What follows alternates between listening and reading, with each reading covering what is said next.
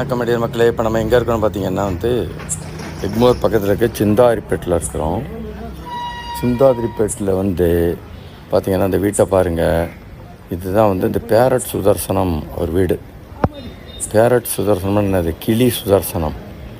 2000 கிளிகளை வளர்க்கக்கூடிய இந்த டெரஸுக்கு தான் 2000 கிளிகள் வருது. அந்த கிளிகளுக்கெல்லாம் அவர் ஃபீடிங் பண்ணிக்கிட்டு இருக்கிறாரு. அந்த அவரும் அவர் மனைவியும் அவங்க வாழ்க்கையவே இதுக்கு அர்ப்பணிச்சிட்டாங்க. பாருங்கள், அந்த விசிட்டர்ஸ்க்கெல்லாம் எக்ஸ்பிளைன் பண்ணிகிட்டு இருக்கார் பாருங்க. கேப் போட்டுக்கிட்டு ஒயிட் ஷர்ட் போட்டிருக்காரு. அவர் தான் சுதர்சனம் சார். ரொம்ப மரியாதைக்கு உரியவர். ஏன்னு சொன்னால் இந்த காலத்தில் பெத்த தாய் தகப்பனுக்கே சோறு போட மாட்டேங்கிறானுங்க, ஹோமில் சேர்க்குறானுங்க. இவர் 2000 கிளிகளுக்கு எந்த வித டொனேஷனும் வாங்காமல் தன்னுடைய சொந்த சம்பாத்தியத்திலேருந்து செலவு பண்ணி வளர்த்துக்கிட்டு இருக்காரு. பாருங்கள், இதுதான் இந்த டெரஸ்க்கு போகிற வழி. இதில் ஏறி போனோம்னா குறுகலான ஸ்டெப்ஸு தான். இதில் ஏறி போனோம்னா இந்த டெரஸ்க்கு போகுது. டெரஸில் பாருங்கள், இப்போ எவ்வளோ எங்கெங்கேருந்துலாம் விசிட்டர்ஸ் வர்றாங்க. வெளிநாட்டிலேருந்துலாம் வர்றாங்கன்னு பார்த்துக்கங்களேன்.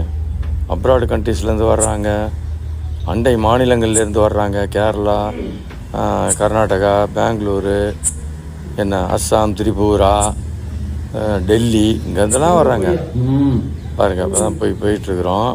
ரொம்ப குறுகலானபடி தான். மேலே போனோம்னா எப்படி எல்லாம் உட்காந்துருக்காங்க பார்த்தீங்களா விசிட்டர்ஸ் எல்லாம். அட் அ டைமில் ஃபோன் பண்ணி அப்பாயின்மெண்ட் புக் பண்ணிக்கணும். உங்கள்கிட்ட ஒரு குறைச்சல பார்த்திங்கன்னா 200 பேர் அட் அ டைமில் பார்க்கலாம். கரெக்டாக 4:30க்கு வரும் அந்த கிளிகள்லாம். 5:30க்கு போயிடும். என்னமோ பாருங்கள், பயோ கிளாக் அப்படி செட் பண்ணியிருக்கு பாருங்களேன்.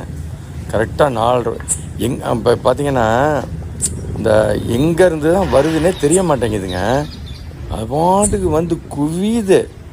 அந்த 4:30க்கு ஒரு 4:40க்கெல்லாம் பார்த்திங்கன்னா ஒரு 10 கிளி, 20-25 கிளி இப்படி வந்துக்கிட்டு இருக்கு.